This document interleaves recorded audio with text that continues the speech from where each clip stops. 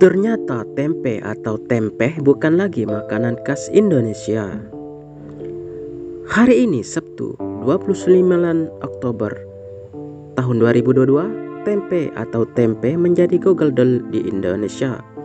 Google menambahkan keterangan di gambarnya, celebrating tempe.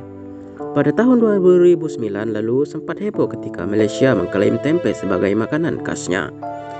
Jika di Indonesia disebut tempe, maka di Malaysia disebut tempe ditambah H ujungnya.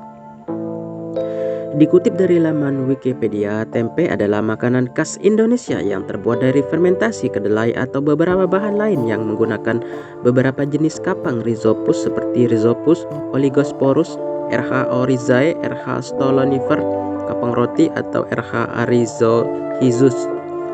Sediaan fermentasi ini secara umum dikenal sebagai ragi tempe. Kapang yang tumbuh pada kedelai menghidrolisis senyawa-senyawa kompleks menjadi senyawa sederhana yang mudah dicerna oleh manusia. Tempe kaya akan serat pangan, kalsium, vitamin B, dan zat besi. Berbagai macam kandungan dalam tempe mempunyai nilai obat seperti antibiotika untuk menyembuhkan infeksi dan antioksidan mencegah penyakit degeneratif. Secara umum tempe berwarna putih karena pertumbuhan miselia kapang yang merekatkan biji-biji kedelai sehingga terbentuk tekstur yang memadat. Degradasi komponen-komponen tempe kedelai pada fermentasi membuat tempe memiliki rasa dan aroma khas. Berbeda dengan tahu, tempe terasa agak masam. Tempe banyak dikonsumsi di Indonesia tetapi sekarang telah mendunia. Kaum vegetarian di seluruh dunia banyak yang telah menggunakan tempe sebagai pengganti daging.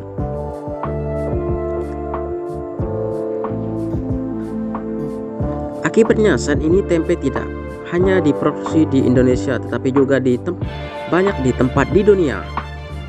Berbagai penelitian di sejumlah negara seperti Jerman, Jepang, dan Amerika Serikat.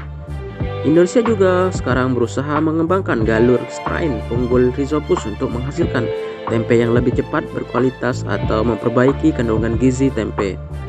Beberapa pihak mengkhawatirkan kegiatan itu dapat mengancam keberadaan tempe sebagai bahan pangan milik umum karena galur-galur ragi tempe unggul dapat didapatkan hak patennya sehingga penggunaannya dilindungi undang-undang memerlukan lisensi dari pemegang hak paten.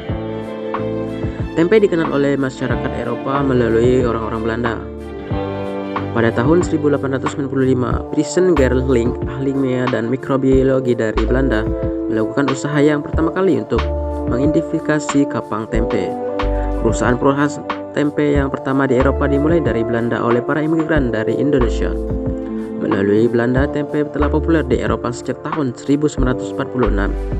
Sementara itu, tempe populer di Amerika Serikat setelah pertama kali dibuat di sana pada tahun 1958 oleh Yap Bew Hau, orang Indonesia yang pertama kali melakukan penelitian ilmiah mengenai tempe. Di Jepang, tempe diteliti sejak tahun 1926 tetapi baru mulai produksi secara komersial sekitar tahun 1983.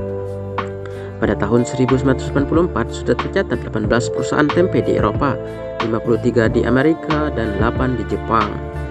Di beberapa negara lain seperti Republik Rakyat Tiongkok, India, Taiwan, Sri Lanka, Kanada, Australia, Amerika Latin, dan Afrika, tempe sudah mulai dikenal di kalangan terbatas.